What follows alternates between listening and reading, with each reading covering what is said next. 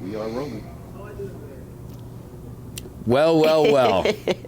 Look who it is, look where we are. Once again, the Monsters Living Room. My name is Nate Poole, but I'm not important here. It's not about me. It's about the person sitting across from me. You see who's here. Introduce yourself to the people if they don't already know. Well, first off, you are important, and we'll get into that. But hi, everybody. I am Chonique Sneed. Yes, she is. And might I add, I mean, anytime you get to sit down with a woman like this, Chonique Sneed, an artist like this, a Monsters legend like this, it's truly a blessing and truly an honor. But as I have said before, I will say again, every time I get the opportunity to introduce her to the advanced room, I always make a note. My life changed because of this woman. 2011, full circle. Her pick, casted in the Monsters show, and from there, my life has changed in incalculable ways. So, truly, I got nothing but love for you and gratitude for you, Chonique. Absolutely. Welcome to the living room. Hey, welcome to the I like Monsters what you living guys room. got set up over here. You know, Monsters it's a living little room. something. It's a little cute. It's a little something. They even got my it. name right here on the chair. Shut up. You know, I'm feeling Oh, official. you got the director's chair. I'm telling you. That's a flex. That's a flex. How we living? How we live? It's a living room. Wow, how it's we living living? room. How we live, and that is a unloading question. I mean, right now, today, I am amazing. As a matter of fact, 2024 has come in really nicely, knocking on everybody's doors and woods, but feeling good, feeling open, feeling re-inspired, feeling rested. Rested, which is beautiful. Yeah, because which is necessary. Which is necessary. I don't know how, if I felt rested in 20-something years, because I go. So yes. Feeling good, harmonizing things. Ooh, when I say harmonizing things, I mean harmonizing life and work. I saw a interview, might have been Jeff Bezos, I think it was, and they were asking him, how do you balance life and work? And he says, I harmonize them. He says everybody at work knows what's going on at home, and everybody at home knows what's going on at work to a certain extent. Right. But then that way, you've got your community supporting your life, not just your work, or vice versa. So right. I've been working on that, and it's working. Yeah. Well, I feel like the idea of balance is kind of a facade. You know what I mean? This idea that it's just going to be so methodically planned out that I'm going to give X amount here and then here, and I've checked all my boxes, and now I'm going to eat dinner and go to bed. And that's just not the way of a creative as an artist. So I love that harmonizing. And then Shonda Rhimes has a different aspect. She says, because I read her book, You're the Yes, and she was talking about she can't balance it all. She says, when I'm at work, I'm failing at home. When I'm at home, I'm failing at work. Right. So, everybody's got to find their way. And I think that's what this year is about for me, finding that harmony between what my life is as an artist. And so, the more I felt like the less I did in life, the less I did as an artist. So now that I'm doing more things in life, I'm back at the museums, I'm back living life to an extent, that's what I can put into my art. Absolutely. So absolutely, and I feel like that's how it's going. Yeah, that's beautiful. I feel like I've heard comedians talk about that a lot because I know they're not comfortable with the term artist because it feels a little pretentious to them because they're comedians, they're the jesters, right? But when comedians get on a roll, they start touring nonstop. They don't have anything else to talk about. What are they going to talk about? Airports and hotels and so it's really, but it's very obvious, right? Because they're literally verbalizing what the observations in life and whatnot. But any artist, any creative, you have to go live. You have to you go gotta live. step away from it. You have to go And live. I feel like when we're younger, it is go nonstop. It's all consuming. But as you get a little bit older, you have to take a step back. Right? I feel like that too. I do. I can relate to comedians. I feel like part of my artistry is comedy. Absolutely. That's for sure. Absolutely. You captivate a room. You hold a room. You bring so much life and exuberance, and it's like a life force that you bring in. And I've always felt that since day one. It is February. This is Black History Month. Yes. Happy Black History Month. Happy Black History Month. Yeah, absolutely. Now I've said it before, I'll say it again. The term Black History Month, it's just this month-long little holiday that we're gonna celebrate. It seems inadequate. It seems a little absurd, but I do think it is important that we, you know, in our busy lives, that we do take a designated amount of time to really put a spotlight. The spotlight should never be moved. It should never be toned down. But for those of us that really need to take a moment, assess where we've been, where we are, where we're going. Just the idea of Black History Month. What does it hold any significance for you? What do you make of that? Absolutely. Black History Month. Well, first off, I feel like me living day to day is Black History Month, Black History Year, Black History Day, you know. Like they say, I'm my ancestors' wildest dreams, right? So me being here at Monsters, you know, that's Black history. Yeah. But what we do is, for Black history, I think it's a time for information about what people don't know as a society, you know, what our world doesn't know, what the country doesn't know. And I feel like it gives a specific time for people to find out that information. I think social media right now has given us a whole nother aspect to be able to find research about it, you know. There's so many things that I feel like, especially within the last few years when we were going through so many movements and Black Lives Matter, and a lot of people didn't know a lot of our history because it has been pushed to the side or hidden.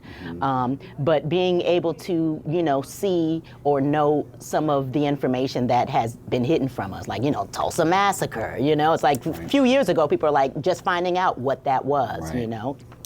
And then being able to give that honor, it's about, you know, acknowledging the legacy.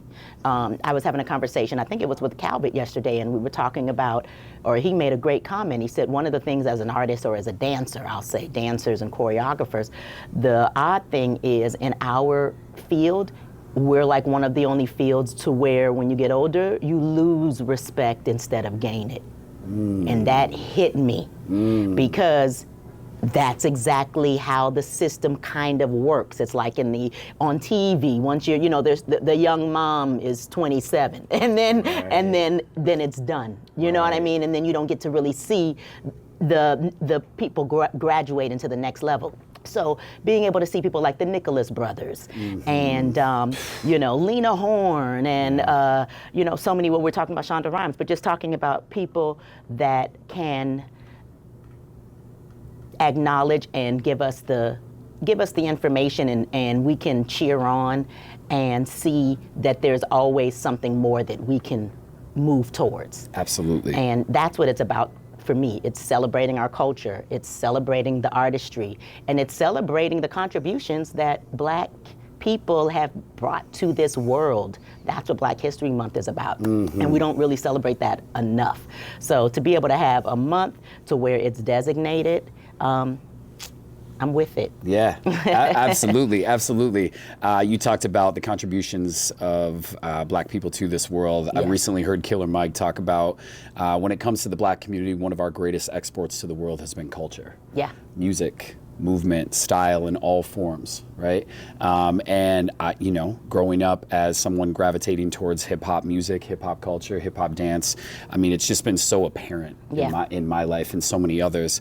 As a Black creative, how much has your experience as an African American, right, innately who you are, how has that informed your creative journey? And talk to me a little bit about your creative journey as a Black woman, because obviously, you know, to say the Black community, it's not a monolith. Everybody has their own experience. Everybody's in different pockets, different industries. So talk to me a little bit about how your, you know, you being an African American, how that has influenced your creativity and your path as a creative. That's a great question. I think the influence was seeing the people before me. Debbie Allen. Oof. Producer, director, choreographer extraordinaire, you know, and was able to be able to do it all and go and harmonize her things like we were talking about.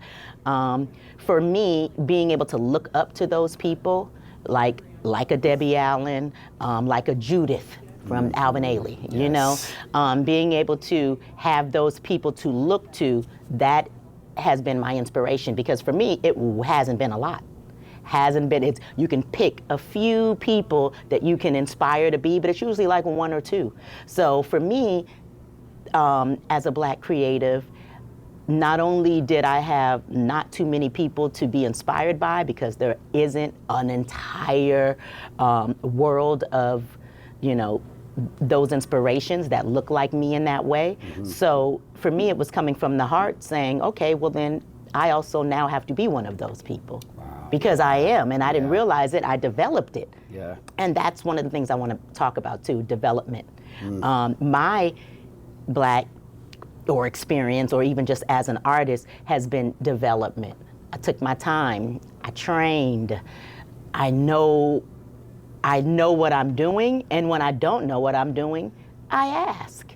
So I'm always learning, and it was definitely a struggle, because for us, we, especially like as a Black woman, if I'm auditioning for something, a lot of times there weren't a lot of roles to audition for. So you're waiting for that one Black role to audition for, whether that's acting, whether that's dancing, or you go to an audition and they're like, okay, we're only gonna pick one Black girl. So now the whole audition of all the Black girls, we're all fighting for that one spot when there's 8 spots. But we're not fighting for 8 spots. Everybody else is fighting for 8 spots.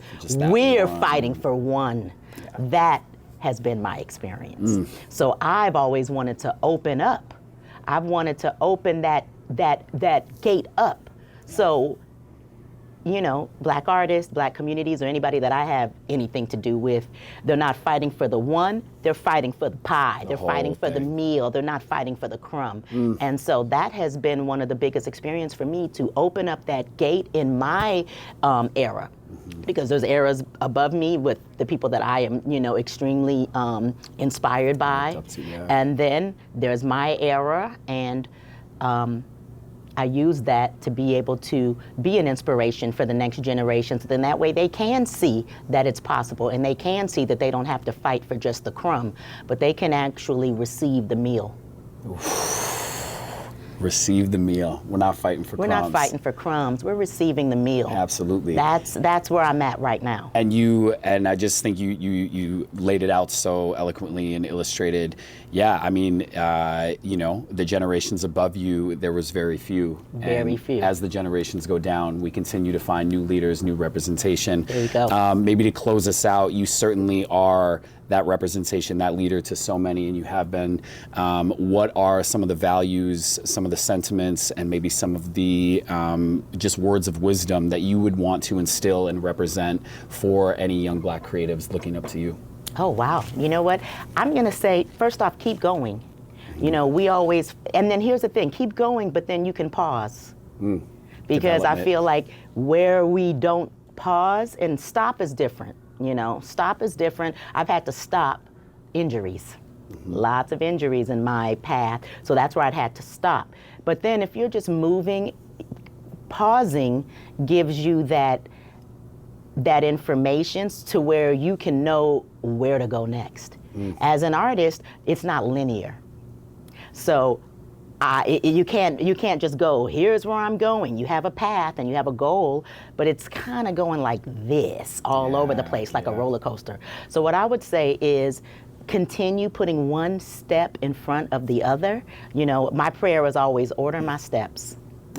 When I say my prayer, I say, God, order my steps, because I'm a mover. I'm stepping one step in front of the other. But like Tina Landon says, is this step moving me forward or just sideways? Oof. And that has made me put a lot of things in different perspective, because it's not about, sometimes you feel like, oh, it's going to make me go backwards. No, sometimes it might make you go sideways. So what I would say to creatives is keep going. What I would say is be okay with, who you are, and be okay with developing who you are, because you're going to be getting to know yourself. And I think that is what we don't get to do a lot. We look out, and we can look out for representation, but those people can't tell us who we are. What they can do is support us in finding out who we are. I'm still finding out who I am, but I definitely have a better sense than I did before. So ordering the steps, keep going, and be okay with discovering who you are and sharing that at whatever stage it is. I do a exercise called presence. And presence is just that. No fixing anything, no thinking about anything, no looking forward, no looking back, no looking sideways. Can you just be? Here and now. You know, and I always say, what you have to be still before you can move. And I think that's where I'm gonna leave you guys. You gotta be still before you can move. And as a dancer, we're movers, right? So if we can't be still, how can we move? And that has been my practice. And I am not perfected at it, but that's a practice. It's like yoga. Every day is gonna be different, but you're practicing that. So that's what I'm practicing. How I can be still, and then also, baby, how I can move.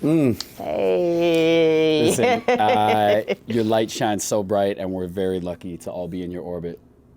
Continue doing you, show, for real. It is something special, and I'm a product of your light. I appreciate that, and I just want to give a shout out to Nate right here. He's amazing at his job. Yes, I will take the credit for being able to see him and giving him the, giving him the opportunity to be in the Monsters cast. But I just want to let you know that this wasn't about this wasn't about me seeing you. This was about you seeing you, and I noticed it. That's why you're here today. So I just want to make sure that you get that as well. And thank you so much. Great interview. I love you, Nate. Living room, we out. Happy Black History Month. Done. Woohoo!